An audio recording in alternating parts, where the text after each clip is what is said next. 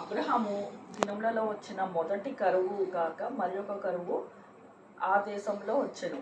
ఇప్పుడు ఇస్సాకు గెరారులోనున్న ఫిలిష్తీయుల రాజైన అబీమెలెకు నొద్దకు వెళ్ళెను. అక్కడ యెహోవా అతనికి ప్రత్యక్షమై, నీవు ఐగుప్తులోనికి వెళ్ళక నేను నీతో చెప్పు దేశమందు నివసించుము.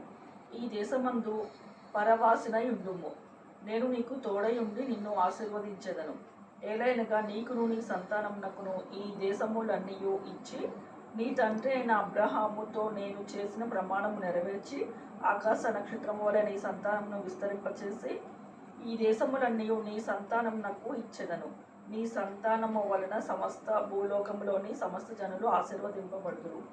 ఏలైనగా అబ్రహాము నా మాట విని నేను విధించిన దాని నా ఆజ్ఞలను కట్టడలను నా నియమములను గైకొనెనని చెప్పెను. ఇస్సాకు గెరారులో నివసించెను. ఆ చోటే మనుష్యుడు అతని భార్యను చూచి, ఆమె ఎవరని అడిగినప్పుడు ఆమె నా సహోదరి అని చెప్పెను. ఎందుకనగా రిబ్కా చక్కనిది కనుక ఆ చోటి మనుష్యుడు ఆమె నిమిత్తము నన్ను చంపుదురేమో అనుకొని తన భార్య అని చెప్పుటకు భయపడెను. అక్కడ అతను చాలా దినములుండిన తరువాత ఫిలిష్తీయుల రాజైన అబీమెలెకు కిటికీలో నుండి చూచినప్పుడు ఇస్సాకు తన భార్య రిబ్కాతో సరసమాడుట కనపడెను. అప్పుడు అబీమెలెకు ఇస్సాకును పిలిపించి, ఇదిగో నీ భార్యయే, ఆమె నా సహోదరి అని ఏలా చెప్పితివని అడుగగా, ఇస్సాకు ఆమెను బట్టి నేను చనిపోదునేమో అనుకుంటునని అతనితో చెప్పాను. అందుకు అబీమెలెకు, నీవు మాకు చేసిన ఈ పని ఏమి? ఈ జనులలో ఎవడైనా ఆమెతో నిర్భయంగా శయనించవచ్చును.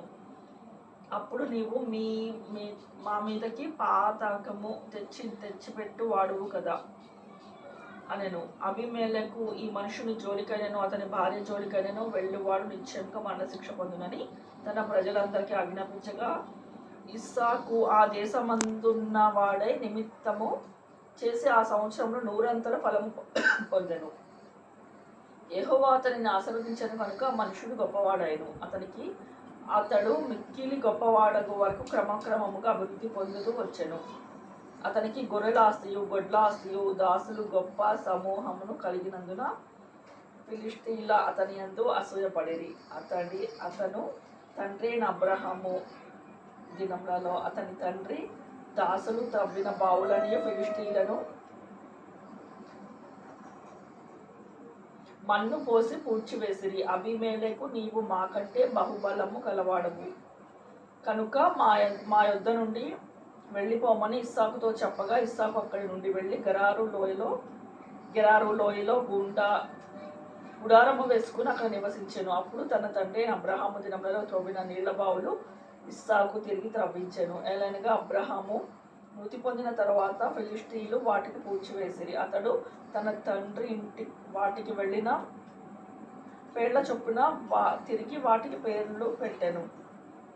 మరియు ఇస్సాకు దాసులు ఈ లోయలో త్రవ్వగా జలాలు గల నీళ్ల బావి దొరికెను.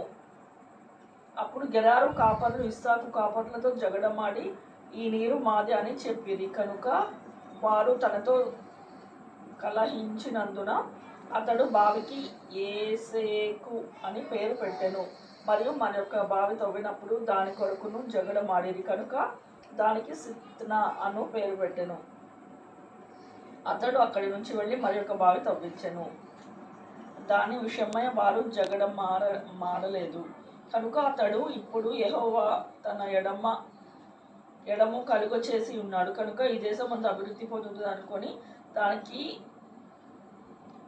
రహేబోతు అని పేరు పెట్టెను. అక్కడ నుండి అతడు బెయేర్షెబాకు వెళ్ళెను. ఆ రాత్రి అతను యెహోవా అతనికి ప్రత్యక్షమై, నీ తండ్రి అయిన అబ్రహాము దేవుడను, నేను నీకు తోడై ఉన్నాను కనుక భయపడకుము. నా దాసుడైన అబ్రహామును బట్టి నిన్ను ఆశీర్వదించి నీ సంతానమును విస్తరింపచేసేదని చెప్పాను. అతడు ఒక బలిపీఠము కట్టించి యెహోవా నామమున ప్రార్థన చేసి అతడు గుడారము చేసెను. అప్పుడు ఇస్సాకు దాసులు అక్కడ బావి తవ్విరి.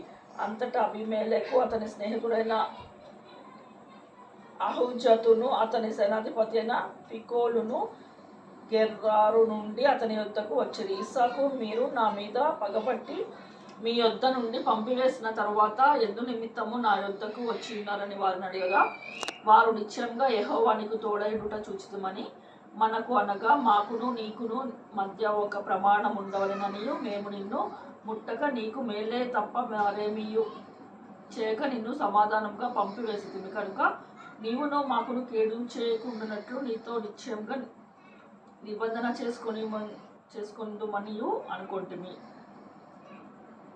ఇప్పుడు నీవు యెహోవా ఆశీర్వాదము పొందిన వాడివని అతడు వారికి విందు చేయగా వారు అన్నపానములు పుచ్చుకునేది.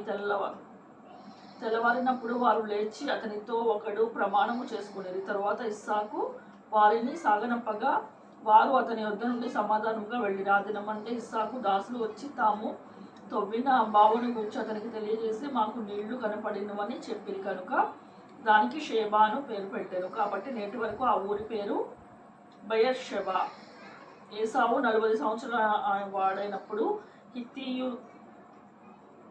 హిత్తీయుడైన బేయరి కుమార్తెయగు యహూదీతును హిత్తీయుడైన ఏలోను కుమార్తెయగు బాషెమతును పెండ్లి చేసుకొనెను. వీరు ఇస్సాకును రిబ్కాను మనోవేదన కలుగచేసిరి.